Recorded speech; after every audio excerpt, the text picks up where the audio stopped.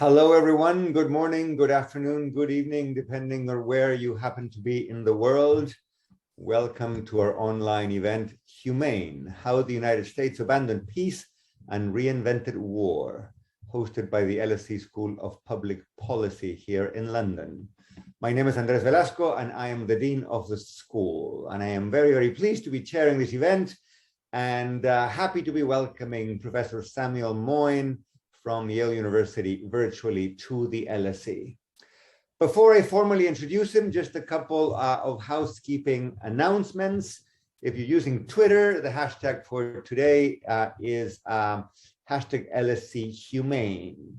We are recording the event and we will have a podcast coming out of the event, presuming, of course, that we get all the technicalities right. The rules of engagement are as follows. We're going to hand it over to our guest for a 15-minute or so presentation of the main points and ideas of the book. Then I will use my chair's privilege to engage him in conversation and ask 2 or 3 questions. And of course, we will open it up to questions from the floor. So please use that Q&A function in Zoom to bring up those questions, and I will try to get to as many of those as we can within the 60 minutes that we have for today's event. Please include your name and your affiliation with your question. So now let me introduce our speaker. And again, Samuel, we are delighted to have you at the LSE, if only virtually. Samuel Moyn is Henry Luce Professor of Jurisprudence at Yale Law School and Professor of History also at Yale University. He has written a number of books in the fields of European intellectual history and human rights history, including The Last Utopia, Human Rights in History, Human Rights and the End of History, and Not Enough Human Rights in an Unequal World. His latest book, of course, is the one that he is presenting today. It came out last autumn in the United States, and the British version has been out only for a few days, so our timing is just right. Professor Moyn writes regularly for the Boston Review, The Nation, The New Republic, The New York Times, and The Wall Street Journal. So without further ado, Samuel, floor is yours, and then we will come back with a dialogue and questions. And again, welcome to the LSE. Well, thank you very much for having me. It's a privilege to be invited, and I'm especially grateful, Andrés, for the introduction. So I began thinking about the humanization of war around 2009, when the president of my country, the new president, Barack Obama, was announced as the latest winner of the Nobel Peace Prize. Back then, it was a moment not of despair about American democracy as today, but of considerable hope. And it was in part for that reason that Obama, very early in his presidency, was granted this accolade. And yet it was a surprise, I think, for many. He came down from the White House residence the morning that Oslo called and informed the world that he'd won. He had a new dog frolicking around. He brought his then younger daughters, whom Obama credited for helping him keep his now even greater global superstardom in perspective. And interestingly, he said he didn't deserve it, although the reason he cited was that he hadn't done anything yet. Now, he in the days following, we now know from his and other memoirs, actually inquired whether he had to go to Oslo in December to pick up the prize, but they said he did. And he went there and gave an amazing speech in which he reflected on an American president in the midst of a war on terror receiving this kind of recognition. He actually cited a few predecessors. One in 1964 was Martin Luther King Jr., But Obama, even though he often presented himself as a successor of King for obvious reasons, said that he couldn't follow King's opposition to war, especially that late in King's life when the Vietnam War was raging. After all, Obama was the head of the greatest armed superpower in all of history. And it was incumbent on him sometimes to fight wars. And yet he said there was a saving grace, that if he was called upon to order military violence, it would be humane in form. And he contrasted himself very openly, as he had done in the campaign and in the earliest days of his administration, with his predecessor, George W. Bush, who was reputed correctly to have brought a form of the war on terror that was brutal and indeed, of course, involved legalized torture. It was in this context that Obama offered a kind of, praise, what we call in America name check, to the first winner of the Nobel Peace Prize, co-winner actually in 1901, a Swiss gentleman named Henri Dunant, who had been responsible for the first Geneva Convention, the first act of international law among states that called for making war more humane by allowing do-gooders to care for wounded soldiers on the battlefield. And here is what Obama said: even as we make difficult decisions about going to war, we must also think clearly about how we fight it. The Nobel Prize Committee recognized this truth in awarding its first prize for peace to Henri Dunant, the founder of the Red Cross and a driving force behind the Geneva Conventions.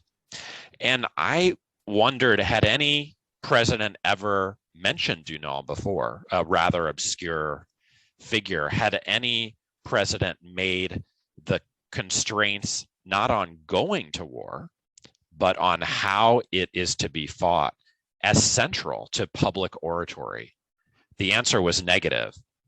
And so I wondered how it had happened that Obama chose to do so. Now, I wouldn't be telling the truth if I said that it was just on the basis of this speech, because it was actually in response to what we learned Obama was also doing in that first year of his presidency that I wrote this book. In a certain way, he wasn't being honest when he said he hadn't done anything yet. In that very year, the year he won the Nobel Peace Prize, Obama reinvented the war on terror. And we now know that it bled in space over the years of his presidency and lasted throughout it in time in ways that surprised many people. And the rhetoric of humane war and practices that actually made combat, especially aerial bombardment, more humane in practice, I think were central to the development. So I wrote the book kind of to put that in perspective, in a long perspective and a short perspective. So I'll just tell you a little bit about both, and then hopefully we can have some interaction. So to begin with, I look back, because what I try to show is that actually it was at the beginning when Henri Dunant and others called for more humane war under international law that worries about it were most intense, most public, because there was a peace movement. And figures like Leo Tolstoy and the 1905 Peace Prize winner Bertha von Suttner, an Austrian noblewoman, actually complained that there were risks in making war humane too, that it might entrench it, it might give it a second lease on life, might make it not just less visible, but more morally acceptable to those who knew that people were being killed in their name. Now, I try to show in the book that these were, prescient worries, but they were too early, because the history of the law and the history of war shows that war wasn't humane, or even made a little bit more humane, for a really long time.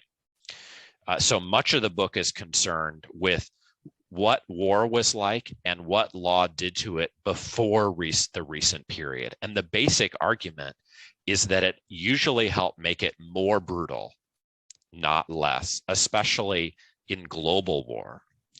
And I also narrate how the geopolitics of global war changed as the United States in World War II agreed to bring a European peace at the price of itself committing to global war in places like Korea, Vietnam, and many others long before our time. The second half of the book is about how humane war became finally a possibility after a really long period in which it seemed not worth worrying about, because the problem was brutality, not humanity. And of course, it still is. And yet, the second half of the book shows war has become more humane under law. I basically argue that that happened in stages after the decolonization era of the 1960s and 70s, and with American participation, because not only were there new kinds of humanitarians who weren't anti-war activists, but were insisting on humane forms of war, but also because the military itself, shamed by Vietnam and revelations like the My Lai massacre, insisted on taking constraint seriously. In that sense, the book closes by suggesting that George W. Bush's few years at the very beginning of the war were an anomaly. There had been built expectations around humane conduct in warfare that he and his lawyers brazenly denied. And what was amazing is that they thought they had to do so.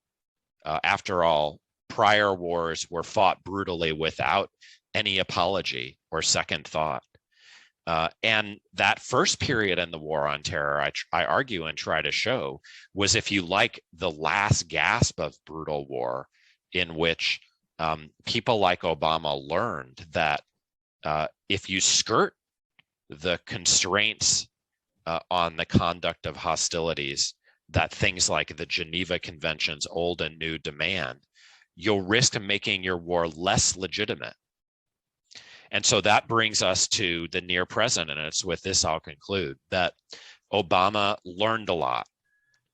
He ran as a kind of anti-war candidate, at least as he famously put it, against dumb wars, but I think was popularly understood by many of his backers to be someone who would rethink American power, and in particular, the whole war on terror. But in office, he faced, contending incentives. He understood that Bush had suffered most from the body bags coming home of Americans. But he also appreciated that there were risks in the world. Terrorists were there, and there was one in that first year, actually in between the news of the Nobel Prize and his acceptance of it, that scared Obama into thinking that he had to continue the war on terror. The question was how. And so he devised something new, I argue. He immunized Americans more and more from direct participation in combat, and did so through changing the war on terror from a heavy footprint form, intervention with massive numbers of troops in Afghanistan and Iraq, to a light and no footprint form, using unprecedented numbers of special forces, small teams of men in an unprecedented number of places around the world, which reached 70% annually of the countries in the world by the end of his administration, or in that no footprint form, notoriously, armed drones. And what was significant about this new form of the war on terror that he pioneered in that first year in response to the contending incentives is that he explained it to the public as a humane enterprise. I think that's because he believed that one way you can make war more legitimate for some people in our day is by explaining that it's not brutal, that at least there are some rules that it's following, not rules on whether you have wars, which have been largely forgotten, I think, in our politics, especially American ones, but rules on how you fight, whether you can torture those you detain, how many civilians you can allowably kill when you strike alleged terrorists. The most graphic example of this was 4 years after his Nobel Peace Prize address in 2013 at the National Defense University, where he explained that the targeted killings program, which he had expanded massively, would be subject to rules, in particular rules that would minimize civilian casualties. So just to conclude, I think you could reasonably think that making war humane is an improvement. I think it is, if the choice is between brutal and humane war. And that's why Obama was so powerful as an orator in the couple of speeches I have mentioned, which were the main kind of speeches about the war on terror he gave. But there is this risk about humanizing war.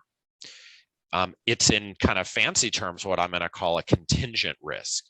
Whether it's being incurred requires us to check the world.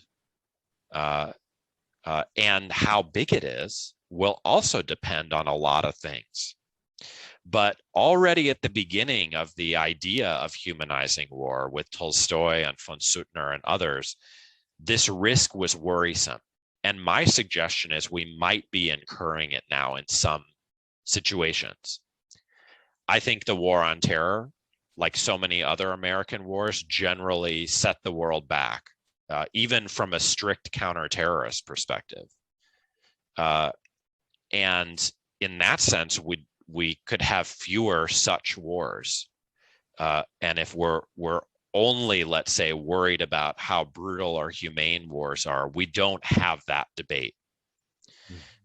And, you know, just to be very brief about it, the point of the book is to say that we're incurring the risk that making this violent practice more humane is making it harder to control. What do we do? Well, I think we try to think about that risk and manage it better so that we don't repeat, I think, some of the mistakes we may have made in the last 20 years.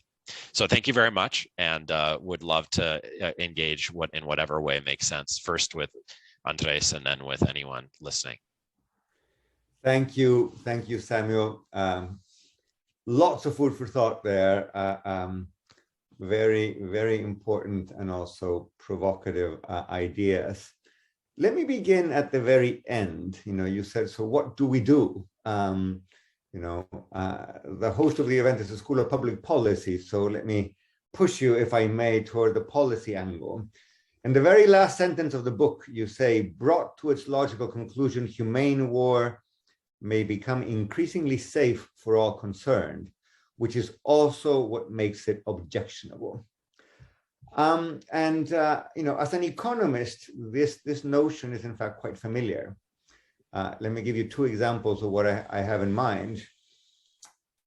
If in countries with a lot of inflation, markets and market participants get used to inflation, and for instance, wages are indexed to inflation, well, inflation becomes less painful. And as a result, the public outcry against inflation may lessen, and we may end up with more inflation.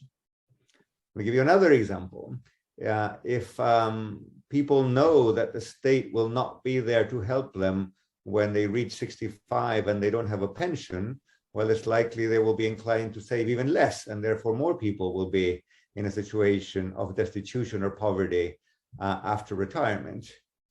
However, we don't typically think that making inflation less costly is a bad policy, and we don't think that providing Social Security to people who for some reason or another don't save enough is a bad policy. And probably limits to this, we don't provide a very high salary or a very high payment to people, but at least we provide a certain minimum.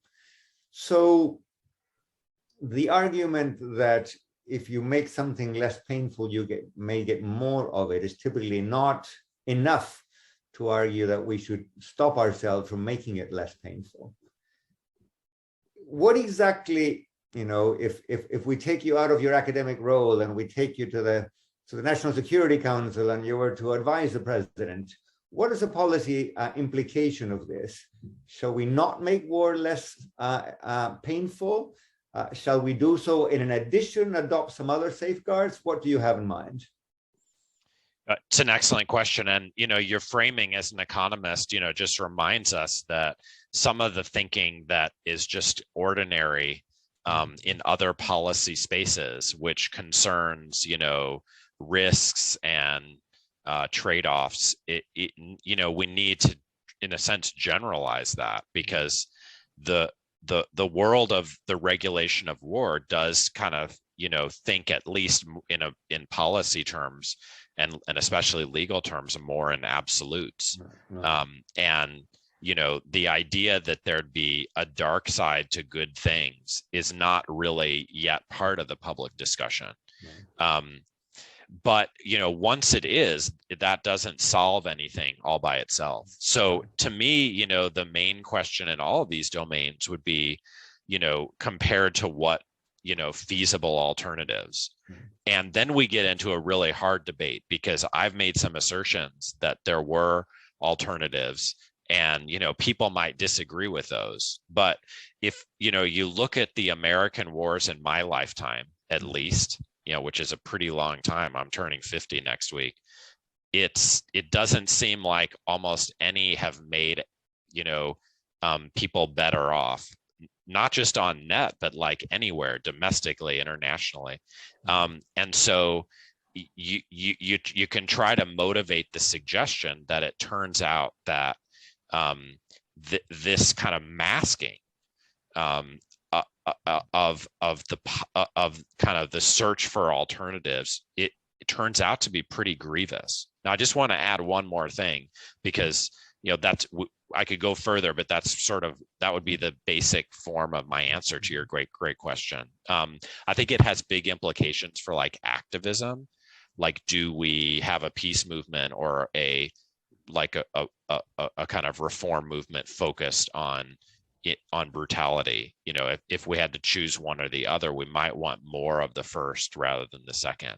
But where I think I'm trying to do something a little different than from like the economists framing is that this rhetoric of kind of suffering and its reduction is really, really central to the way we've come to think about wars. And when we look at Obama, let's say the real reason he rethinks the war on terror is, kind of domestic legitimation for those who hate seeing Americans die. But he never says that. Of course. Rather, when he talks about what he's doing to the war, it's always about care for victim communities. Mm-hmm. And I think that's very significant, because it tells us that there's also an audience. Maybe it's still mainly domestic. Maybe it's broader, given that the Peace Prize didn't come from Americans, which is kind of trying to choose between this deep desire for less suffering and endless war and some kind of peaceful alternative. And we're just not there yet. And I just wanted to dramatize that particular set of trade-offs in this book. So I think what you just said puts the focus on not only the concept of humane war, but on the next question, which is humane for whom? The opening of the book is very striking. You compare two weddings, one in posh New Canaan, Connecticut, and one in Afghanistan. And of course, there are drones above both weddings, but one drone is for a photographer to capture, pictures so that the family can remember the wedding. The other drone carries missiles and can blow people apart. So might it not be that, in fact, by calling war humane, we are forgetting about that part of the equation, and that, in fact, it is as inhumane as it ever was? It's simply that, prosperous white people in Western countries don't feel the pain so much, but other people around the world do? Well, that's surely partly true. And I really did want to dramatize that this has been a debate about the what people in one part of the world do in relation to people in another part of the world. And note, it's not symmetrical, because those same parts of the world sending armed drones and special forces wouldn't tolerate, I think, the same treatment, and that's because of kind of an enduring hierarchy, which we haven't come near to overcoming, in not just wealth and power, but it runs across racial and religious lines very often. But I also wanted to push against the kind of standard view, which is that what's really going on is blindness to kind of the violence perpetrated in our name. Of course, that's true, and it's been true for centuries for those living in the North Atlantic, since there were empires way back, and there were a lot of global wars, long before the war on terror, often asymmetrical, and counterinsurgency was very familiar for centuries. But what I want to push on is the assumption that the violence is constant, because it seems as if after decolonization, when the number of states in the world quadrupled, and the peoples who'd been borne the brunt of that violence for centuries got a say in what international law requires. Mm-hmm. And when there are just big cultural changes, like in what people in elite and wealthy spaces think about the world, and begin to think that what's wrong with war is what happens to its victims, especially its innocent victims, like in the Holocaust. I just think there was a change in kind of the expectations, and that also obviously changes the conditions for legitimation of war. So, to me, it's very significant that Obama is talking about the victims, but it isn't as if it's just talk. If you compare victimhood in the war on terror to prior wars in American history or in global history, the suggestion is not that it's not that bad. It's horrendous.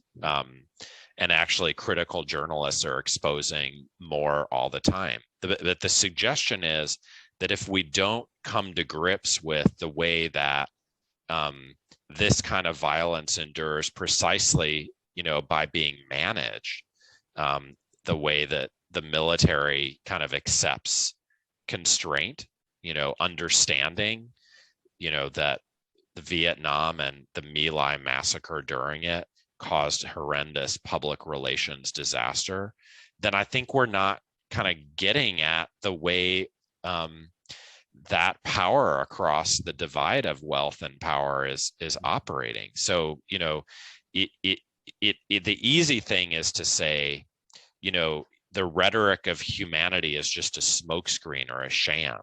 That's partly true, but it's also changing the nature of war.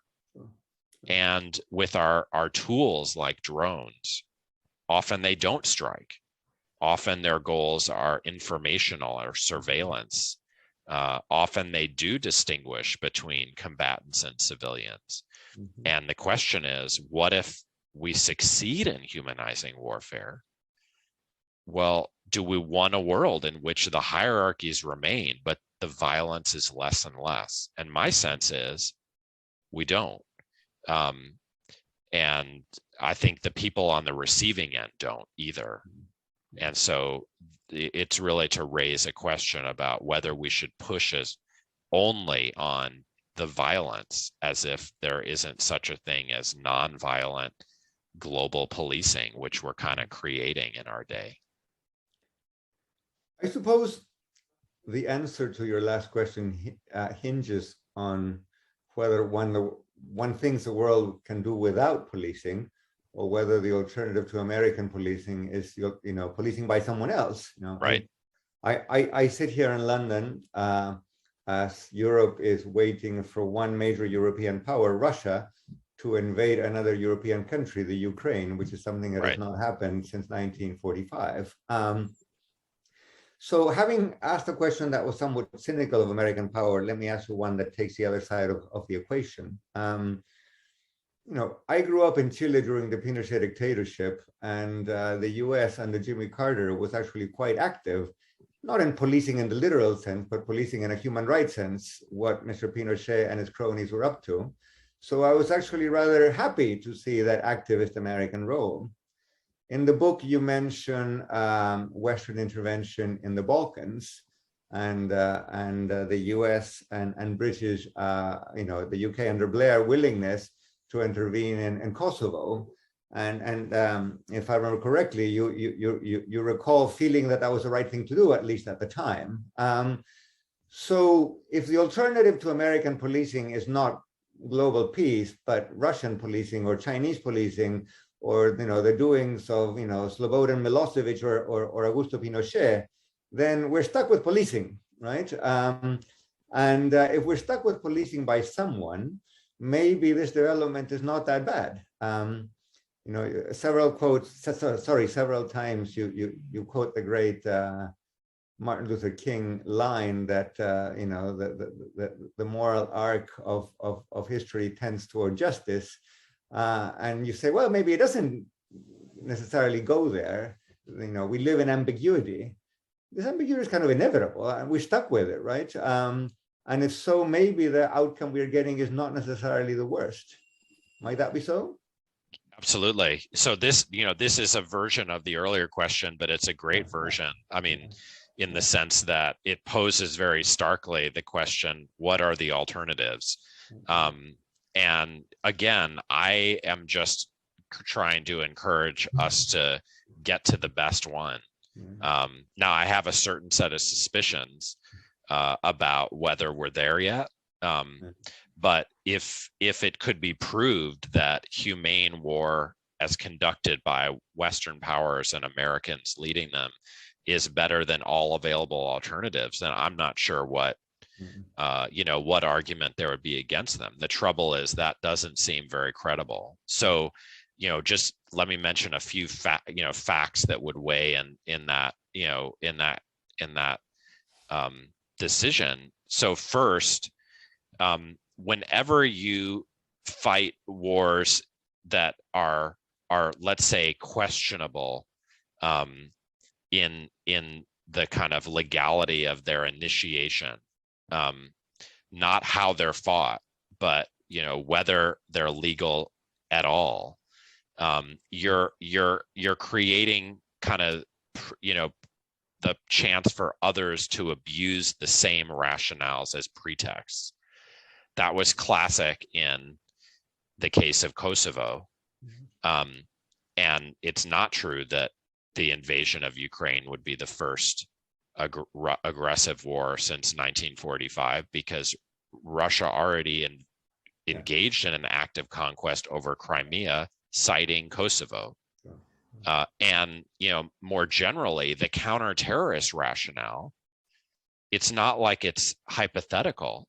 China has cited it in the repression domestically of its Uyghur population and the erection of a vast concentration camp system. More generally, we're heading into a future in which now every state practically has some drone force, and it's actually cheaper for many poorer states to acquire those than a full-fledged kind of army for traditional kind of, conventional war.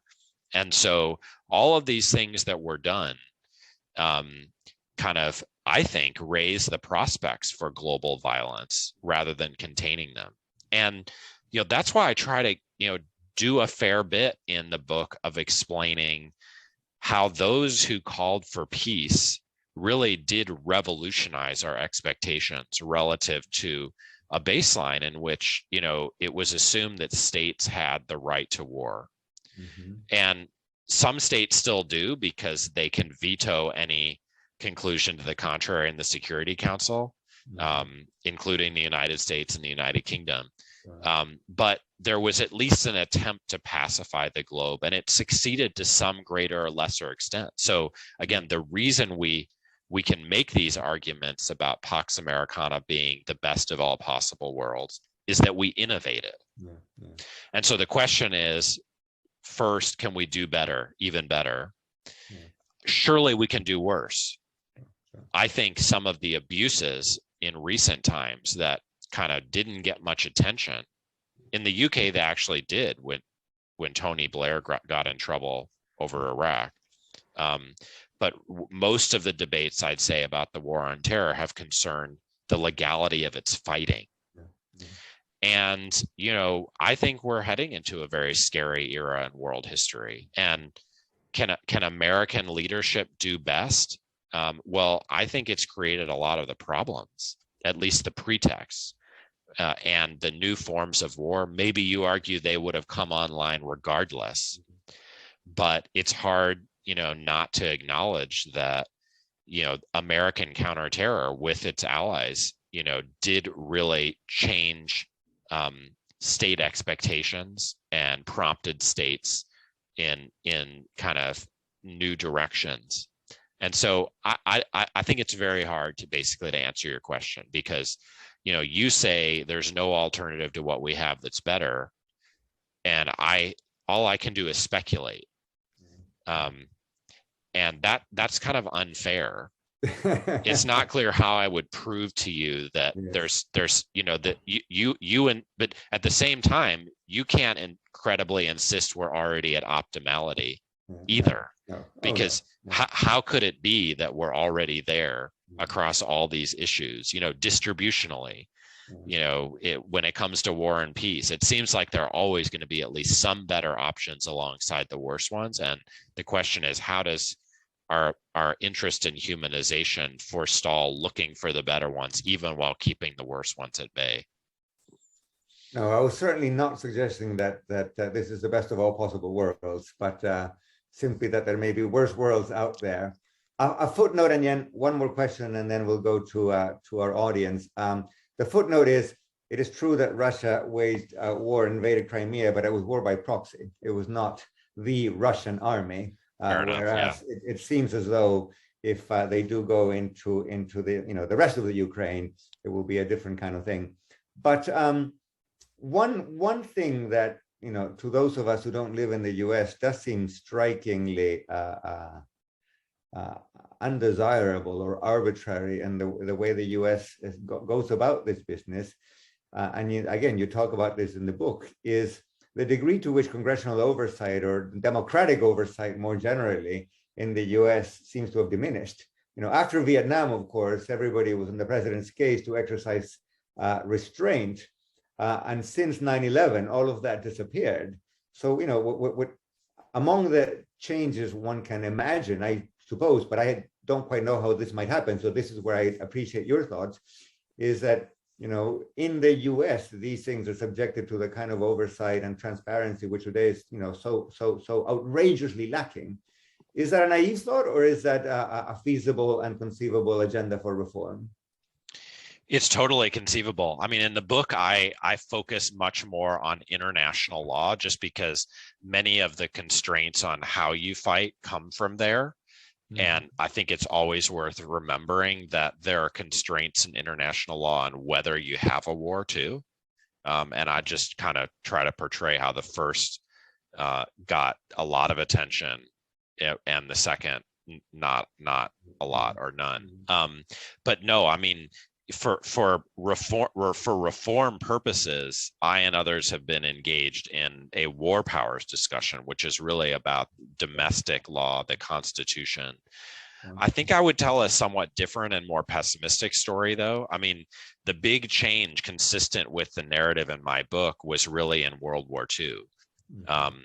And, presidential war has been on really the norm since World War II, the last declared war. It's true that in this amazing moment at the end of the Vietnam War, there was a war powers resolution passed by Congress supposed to kind of reassign power back to the legislature.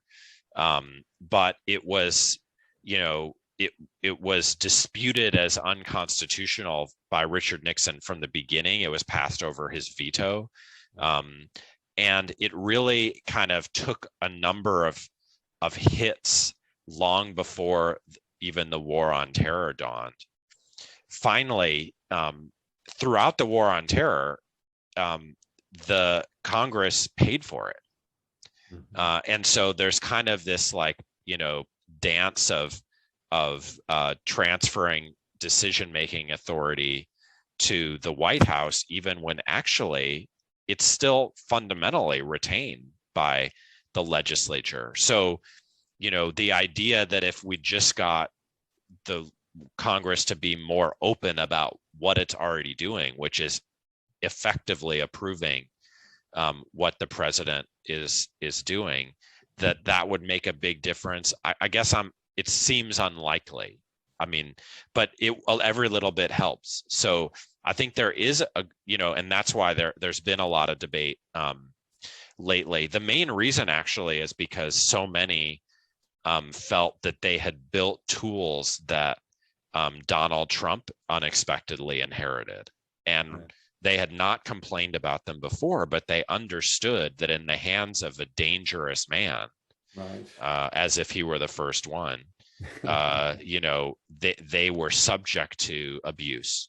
And I closed the book with a narrative of the public outcry around the drone killing of Iranian General Qasem Soleimani in Iraq. And what was most vivid to me about that debate is that it got unpopular and kind of excess presidential power got unpopular because Trump ordered the killing. And we haven't really seen reform even so. And yet, as you say, there seems like there's a window. The people in general, having seen, 3 presidents in a row elected by running against war, are clearly upset. Congress is not, I think, clawing back authority or really changing its ways that much.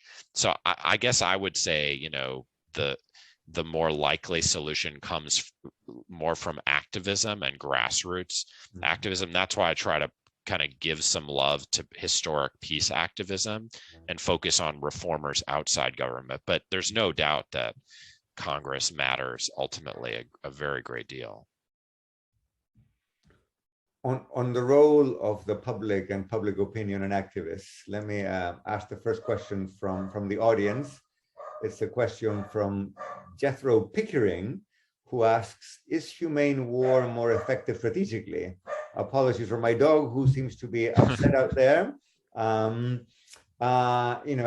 Jethro adds, it might be the case that humane war is more effective strategically because it keeps the local population happy, and as a result, you don't have to fight a war overseas and a political war at home. Is that perhaps what's keeping these quote unquote humane developments going and moving forward? I think that's so it's hard to say. I mean, it depends on a lot of empirical facts, and I'll tell you what I think they are. So given that Americans have had a lot of optimism about military intervention and its transformative effects, I don't think there was enough recognition early enough that it was very difficult to win these wars because only that would be the predicate for the kind of move you're talking about towards more humanity. That's why I think, the rhetoric and reality was much more directed towards a portion of America's domestic population that learned to care a great deal about torture, and when it heard about the drones began to think that, there was just too much chance of violence. It's true that when we look at, the Afghan story, we find that the Taliban, in a sense, won and returned to power because out in the countryside, the war as it dragged on just, degraded lives. But actually, the drones were not an alternative to that story, but part of that story. And some of the best activists have shown that living under the drones, even when you're not struck, although that happened a great deal, could have like horrendous psychological consequences. And so I would say, if American policymakers ever did choose to humanize the war on terror, in a sense, out of a hearts and minds concern, they proved too optimistic about getting their wish. Now, more broadly, I think there are kind of a lot of inputs into the policy. There was, you may remember, when Obama took office, the rise of a kind of coin strategy, counterinsurgency strategy associated with a now fallen General David Petraeus. Sure. Actually, Obama surged troops in Afghanistan up to 100,000 before rapidly dropping them, while also turning to drones there and elsewhere. And, so we'd have to kind of get at, what are our available strategies? To the best of my knowledge, it was rare for policymakers to think that humane war in particular would be a successful coin strategy. I think it was much more about immunizing Americans from harm. And as I say, kind of, portraying to the world at the price of, placing constraints on drones and so forth, that the war was not as intolerably brutal as before, whether under Bush or under, in prior eras. As I listen to you, I wonder if we might not be perhaps mixing two things that, at least analytically, belong in separate categories. One is warfare. The other one is what you do after warfare. Right. What is striking, I think, and very easy to criticize, both in Afghanistan and in Iraq, is that in addition to whatever judgment one wants to pass about the way warfare is conducted, the U.S. ability to rebuild and develop democracy, that was a completely botched job. Of course, there's a big debate out there as to whether you can, develop democracy from above. It's not clear that you can. Some people would point out that in Japan and Germany, the U.S. didn't do such a bad job after 1945. Others would say that, that's not fair. That's a very different culturally and in every other respect. But might it not be the case that if we really want to get cynical about what the U.S. did in the last 25 years, the real culprit there is not so much the generals, but the civilians who came afterwards, who seem to be extremely incompetent? Well, I think no. I mean, in the sense that, well, okay, so I agree with you completely about what I called the first form of the war on terror, which is really Bush's, heavy footprint interventions in Afghanistan and Iraq, where, there was an early successful phase of toppling regimes, and then the grinding phase of transferring power. Right. Now, that still all the way involved lots of American military force. Sure. And so it's not just about kind of the proconsuls who are given power to rule, or are, the clients or friendly, elites who are given power to rule. And then, I mean, I really focus much more in the book because, it's hard to deny your point with respect to those places. on how the rise of a targeted killing program really went far beyond those two places to 13 or 14 countries. And the infrastructure for drones and special forces was more like 150 countries.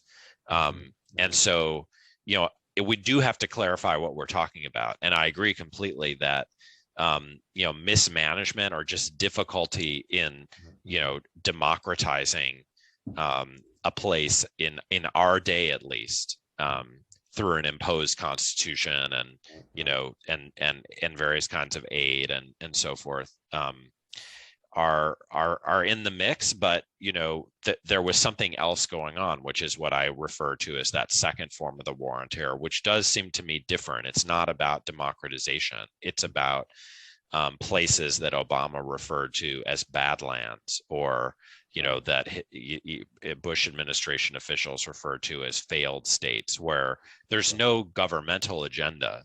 Right. There is a security agenda. Of course. And that I think we shouldn't, kind of mix up with the much, more famous, dimensions of the war on terror, which are over. Yeah.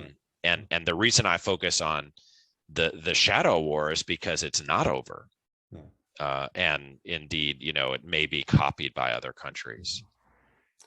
Actually, that's a very nice segue into a question by Zhao Yiming, who's an LSE student from PPA, who says, if the Humane war is just a smokescreen, what are the real interests of the United States related to these wars, and what is the U.S. up to when it's doing this, policing? Right. I guess to some extent your answer to that question was contained in what you just said, but maybe perhaps you want to elaborate a little bit. Sure. If it's not democracy, is it security? Is it something else? Well, so just a small point, I'm not saying it's a smokescreen in the sense that it's just rhetorical. Rather, I'm kind of trying to argue against some others, that it's not a matter of endless violence, unremitting violence, but actually violence, thanks to legal tools, can be constrained and controlled, which doesn't mean it's not egregious if you think it is.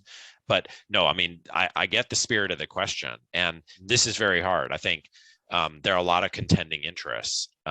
There in the book, I talk about kind of ideologies of the uses of American power and how it was that at the end of the Cold War, America ended up, quadrupling the number of its global military interventions, which is kind of a shock, but also consistent with a kind of unilateral moment in which it faced no significant rivals or threats. And so I think these ideologies, which I refer to as liberal internationalism on the left and neoconservative thought on the right, are pretty important for understanding why that happened, and then why some of the actions after 9/11 were adopted. I mean, many would refer to, the so-called military industrial complex that one of our presidents named, or whatever you want to call it, the procurement process, and the way that a lot of American,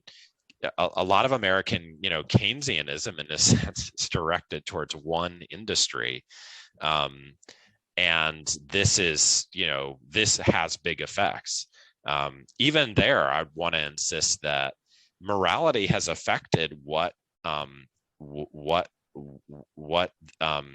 weapons end up getting invented and produced, and we're no longer buying napalm, we're buying drones, and that has to do with these new conditions for legitimation. I'd say last,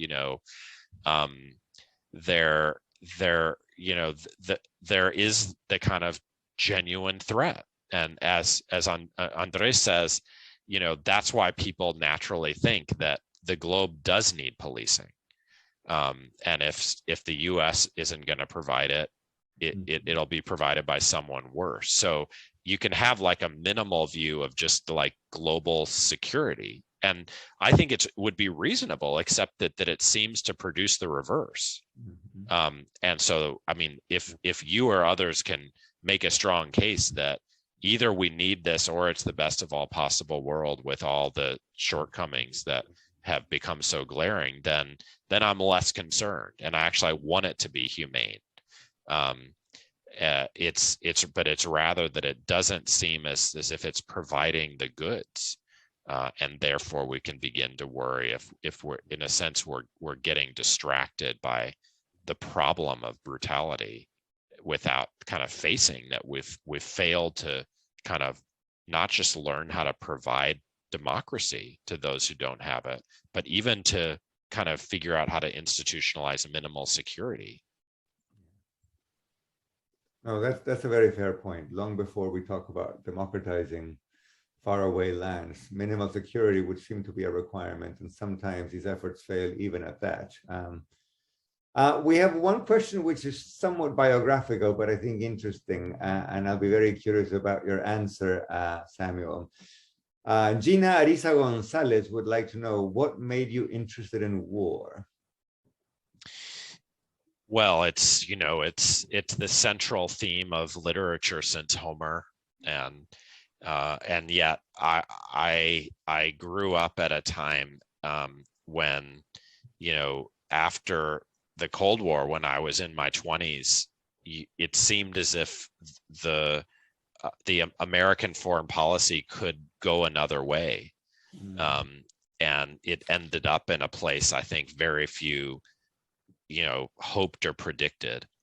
I mean, Andrés mentioned that I did work briefly in the White House in the late 90s on the Kosovo bombings. And I thought a lot about that in the aftermath, especially as, the kind of arguments that were made then ended up being deployed by Americans, say in 2013 in Libya, but by others as well. But above all, I think, watching what happened in 2009 when Obama took the war on terror in a new direction, I thought this is something that requires more analysis. I mean, I know how to criticize George Bush. I think it's harder to criticize, if it's legitimate at all, Barack Obama. And I thought it would be, useful, or at least, unexpected, to kind of think about not just war in general, which is age old, but humane war, which seems like a novelty. And yet it seems like it will remain with us for some time to come. Knowing what you know today, if you could rewind history, would you do Kosovo the way it was done, or would you do it differently? I think differently. I mean, first, I think we wouldn't have been as complacent about disregarding its illegality. I mean, we knew that. It wasn't approved by the UN Security Council. And we kind of blithely disregarded or excused that fact, not realizing that it would set a good precedent. And I think we were incredibly optimistic about how easy it is to make a good world once you get the evildoers out of the way. And in this series of places, it's actually, I mean, Kosovo is on the list, but not high. It's proved disastrous when we, turn to the military first for regime change, or liberating someone, and not kind of anticipating what will happen next, which almost unfailingly has made things worse. We have about a minute or two. I just want to conclude by asking you sort of a general question about tone and mood.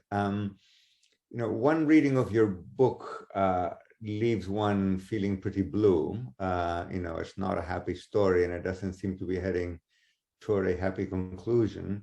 Along the way, you cite Steven Pinker's work, whose general kind of the sense that you get when you read his book, particularly The Better Angels of Our Nature book, is that, yes, warfare remains terrible and painful, but what progress we have made.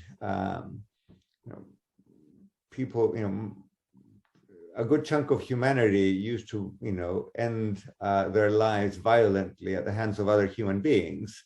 The chances of being axed to death by the guy next door in many countries of the world today is most really nil compared to what it was Correct. 100 years ago or 1,000 years ago.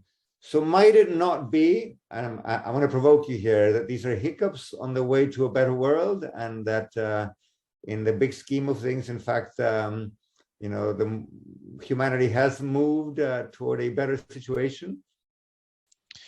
So, if you just aggregate, you will find what he finds, I believe. But I want to warn against premature aggregation, in which a lot of counter trends, which could swamp us, get, in a sense, disguised. And that's so clear when it comes to other domains, like, the environment, where we can tell a celebratory story and not,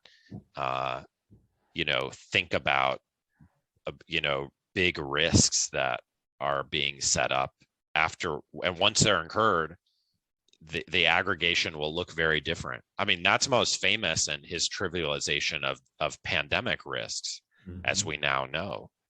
But more generally, I think, we live in a history in which there's constantly progress and regress happening simultaneously. And I think we need to do better kind of appreciating both sides rather than bottom lining right this minute, because the regress could explode anytime if we don't, face it now. So I'm not sure, a victory lap is the right intellectual exercise.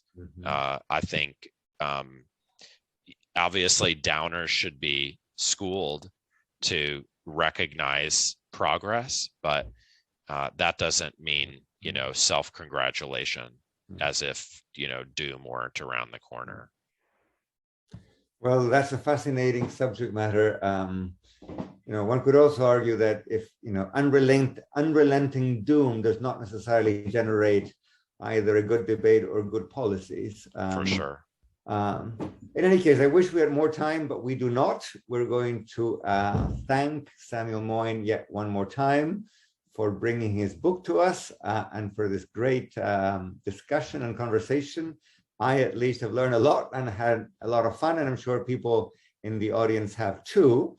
Let me just add that you can get the book if you are listening in, or if you've joined this Zoom call and you happen to be in London. The book Humane, How the United States Abandoned Peace and Reinvented War is available at Verso Books in London with a discount of 40% if you go and buy it before 25 February. So a link to purchase the book can be found on the Zoom chat as well as on the events page in the LSE page. So I wish we could carry on, fascinating subjects, but all we can do now is say thank you, Professor Moyn. Thank you, everybody who joined. And I hope to see you again soon at some other LSE School of Public Policy virtual event. Good evening, everyone.